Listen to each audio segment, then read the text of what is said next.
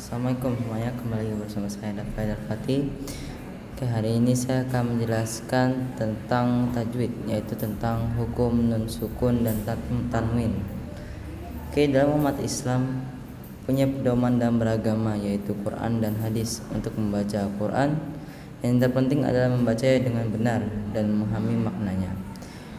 Ilmu tentang tata cara mempelajarinya, membunyikannya atau mengucapkan huruf-huruf yang terdapat dalam kitab suci Al-Quran ini maupun bukan disebut ilmu tajwid. Hukum nun sukun dan tanwin adalah salah satu tajwid yang terdapat dalam Al-Quran. Hukum ini berlaku jika nun sukun dan tanwin bertemu huruf-huruf hijaiyah tertentu. Pembagian hukum baca nun sukun dan tanwin dibagi menjadi 4. Pertama yaitu idhar hoki. Idhar hoki mempunyai makna yang terang atau jelas. Disebut idhar hoki karena makhraj dan huruf-huruf idhar hoki keluar diucapkan dari dalam tenggorokan, yaitu halq. Nah, hukum bacaan ini berlaku jika ada nun sukun dan tanwin yang bertemu dengan salah satu dari huruf izhar. Oh iya, untuk huruf nun sukun itu ada huruf fathatain, kasrotain, dan dhammatain.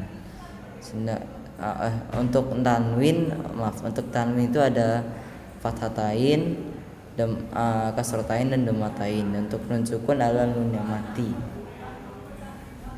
Nah, untuk izhar hoki ini ketika nun sukun dan tanwin bertemu dengan huruf izhar.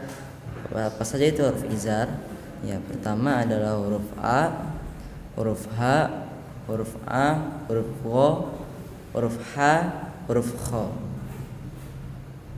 Oke, cara membaca idhar hoki adalah jelas tanpa dengung. Misalnya kita membaca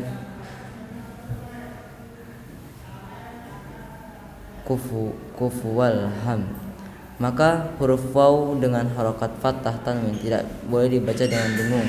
Kufuwan ahad tidak boleh ada dengung sedikit pun. Nah, untuk selanjutnya kita punya huruf idgham. Nah, idgham adalah salah satu hukum dalam ilmu tajwid yang berupa berpadu atau bercampuri antara dua huruf dan atau memasukkannya ke dalam satu huruf yang lainnya. Jika ada nun sukun dan tanwin yang bertemu dengan huruf idgham, maka cara membacanya harus melebur.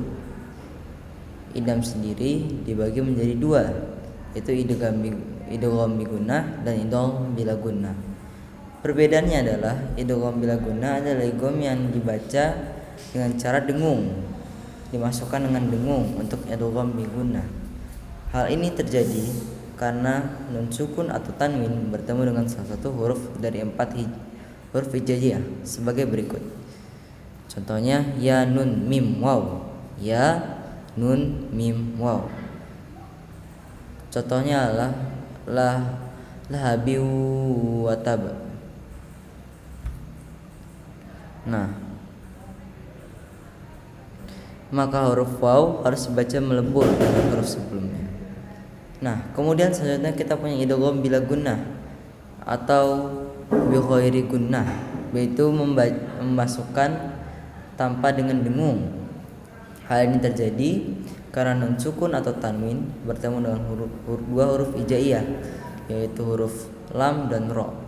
Contohnya adalah walam yakul lahu, maka kita tidak boleh membacanya dengan dengung. Kemudian ada ikhfa hakiki. Secara bahasa, ikhfa berarti samar. Jika ada nun sukun atau tanwin bertemu dengan salah satu huruf ikhfa, maka harus dibaca dengan samar.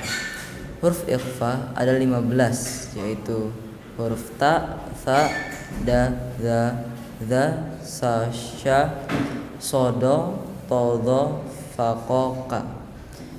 Cara membaca bacaan huruf ikhfa hakiki adalah dari rongga hidung sampai dengan terlihat samar, atau bisa juga menjadi suara ng atau n. Sesudah itu disambut dengan dengung sepanjang 1 sampai 11/2 alif, atau bisa kurang lebih 2 sampai 3 harokat. Kemudian setelah itu barulah masuk untuk membaca huruf sesudah nun mati ataupun tanwin tersebut.